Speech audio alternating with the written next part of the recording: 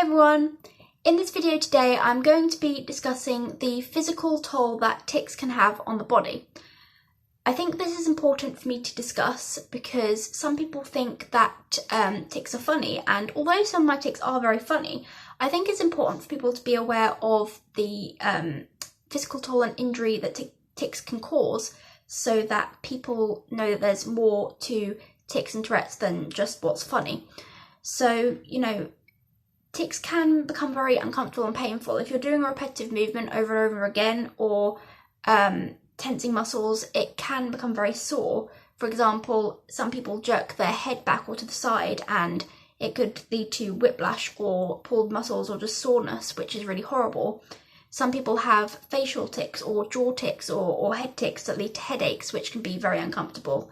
But some people also have serious injuries from ticking. For example, I have friends who've had tic tacs and dislocated joints, which is really horrible. A tic tac is an episode of severe, constant tics. It can look a bit like a convulsion, but some people have those and people may dislocate their joints or break their bones. Some people with tic disorders and Tourette's also have hypermobility. It seems quite common in the community, joint hypermobility, so that makes somebody even more likely to dislocate a joint. Impulsive tics can also lead to injury. Of course, if you reach out to touch the stove or something like that, it's going to cause harm, and some people do have these sorts of tics and it's really difficult for people to deal with sometimes. There's also self-injury tics in general. People may hit themselves. I had one where I would whack my chest and I had to wear padded gloves at the time to try and soften the blow, but that actually had a long-term effect. I had like a hardened lump in my chest from doing that for so long, but it also led to bruising, but thankfully I don't have that tic anymore. But it's important to be aware of the long-term impact it can have as well. Some people may cause wear and tear throughout their body as they get older from ticking so much, and it can be horrible to deal with for some people.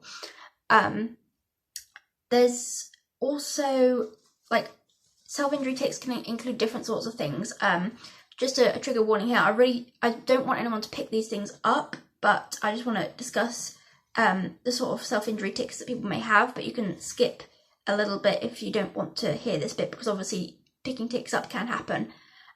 But self-injury tics that people might have include, as I said, hitting themselves, whacking themselves in the head. I know I picked a pan up and whacked myself in the head. Thankfully not hard, but some people do it hard. Scratching yourself or, kicking yourself. I've had that to an extent as well. So, there's lots of different self-injury tics that people may have as well. So that's really horrible. And even tics that people may not notice, other people may not notice, can cause harm. For example, some people may bite their tongue, which can be painful.